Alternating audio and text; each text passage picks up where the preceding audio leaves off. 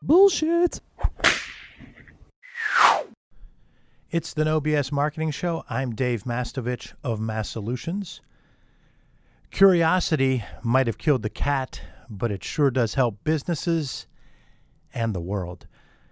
Post-it notes, the iPhone, Uber, Facebook, those are but a few of the many major breakthroughs from the history of time that started out because of someone's curiosity.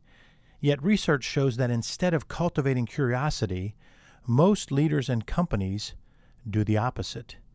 In a survey of more than 3,000 employees across a wide range of industries, 70% said they face barriers to asking more questions at work. Employees feel that short-term performance goals consume the majority of their time and energy, while creative problem-solving through questions of curiosity isn't cultivated or valued nearly as much. Sad but true, and definitely bullshit. So how do we each take responsibility for our own approach and improve? Francesca Gino, a professor at Harvard Business School, writes and speaks about the impact of curiosity on business. In a recent HBR article, she outlined 5 ways to bolster curiosity. These are meaningful, and you need to take a pen and paper or pencil, whatever, on your iPhone, jot these down, and start trying to do them yourself, whether you're a leader or a peak performer underneath another leader. Number 1 is hire for curiosity. Start with your cultural messaging. And if you aren't thinking about cultural messaging, then you need to give me a call. And you can reach me at dave@massolutions.biz, whatever. But if you aren't thinking about cultural messaging, if you're saying, what's cultural messaging? Then you need to give me a call. So you start with your cultural messaging. Does it reflect your openness to new ideas and creative problem solving? And if you don't have openness to new ideas and creative problem solving, stop right now, because you need to go and fix that culturally. But if you've got a culture where you have some openness to new ideas and creative problem solving, then your cultural messaging needs to reflect this. You need to describe your company and the open positions you're recruiting for in a way that shows you challenge employees and value their level of curiosity. Then during interviews, ask open-ended questions about their why. What are they passionate about? And their how. What does drive them in life? Not just work. Talk beyond work. How do they go about solving problems? Don't just say, what did you do in this job? Say, give me a specific problem. How'd you go about solving it? What's your line of thinking? What's your line of questioning? If you can't assess their level of curiosity based on 3 to 5 open-ended questions, good listening to their answers, and then follow-up probing based on what they said, if you can't do that, and if you struggle to assess people after that, then you might be the problem. Number 2 is model inquisitiveness. Do you as a leader ask tough, open-ended questions as part of your daily routine? Do you walk around and ask anybody you run into in the company questions like, what's the one thing we need to do differently as a company?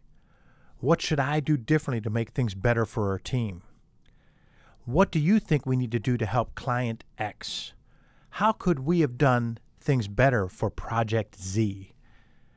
Those are the kind of questions that I ask anybody that walks by, including Darren, the concierge out front here at Gateway Towers. Half joking, but I do ask Darren's opinion on stuff because he's running into a lot of people. I value his opinion. But that's the key. You've got to ask open-ended questions. Are you observing what's going on in meetings and responding based on it? How often do you let 2 or 3 people in a meeting sit quietly without pulling them in? Ask them what they're thinking. And you can do that in a way that isn't threatening. Get their input, pull them in. Number 3, emphasize learning goals. Talk about personal and professional growth during recruitment, during onboarding, and as part of daily, weekly, quarterly activities. Personal and professional growth. Each person needs to know that you care about them from a personal and professional growth standpoint, and you need to work with them to build plans to grow in both ways. Yeah, performance KPIs need to be monitored, tracked, and managed, but you also need to emphasize how important it is that people learn how to think, read, and react. Because if they aren't thinking, reading, reacting, you're going to become frustrated as the leader. So you have to cultivate that, because in today's world, employees have to be able to read and react. And that's a challenge for a lot of people. That doesn't come naturally to them. So you have to create an environment where they're comfortable asking questions when they aren't sure how to read and react, and where they slowly learn how to read and react to situations, because hand-holding is not going to work. And every time we have to do that here at Mass Solutions, it ends up being a problem, because companies like ours and many others throughout the world are moving so much faster and carrying so much of a workload, because bottom lines are hard today and it's difficult to sustain businesses. So when people are just punching in, punching out, and not reading and reacting, that company is going to be hurt, and that can't be more than 5% of their employees if they're truly a growth company that's focused on innovation. Number 4 is let employees explore and broaden their interests. Give them time to explore their interests about your clients, your company, your industry, and listen to and support their outside interests too.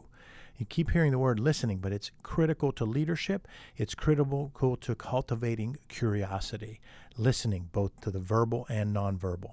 Number 5, have why, what if, and how might we days.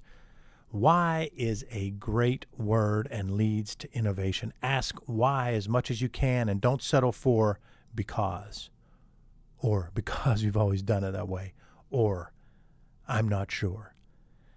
Ask what if, because that fosters creativity and exploration. Ask how might we, to gather insights and generate ideas. It takes discipline, yet it's doable and definitely worth it. There you have it. 5 ways to commit to curiosity and cut the bullshit. Please take the time to post a review about the No BS Marketing Show wherever you get your podcast. Your support and feedback mean the world to me.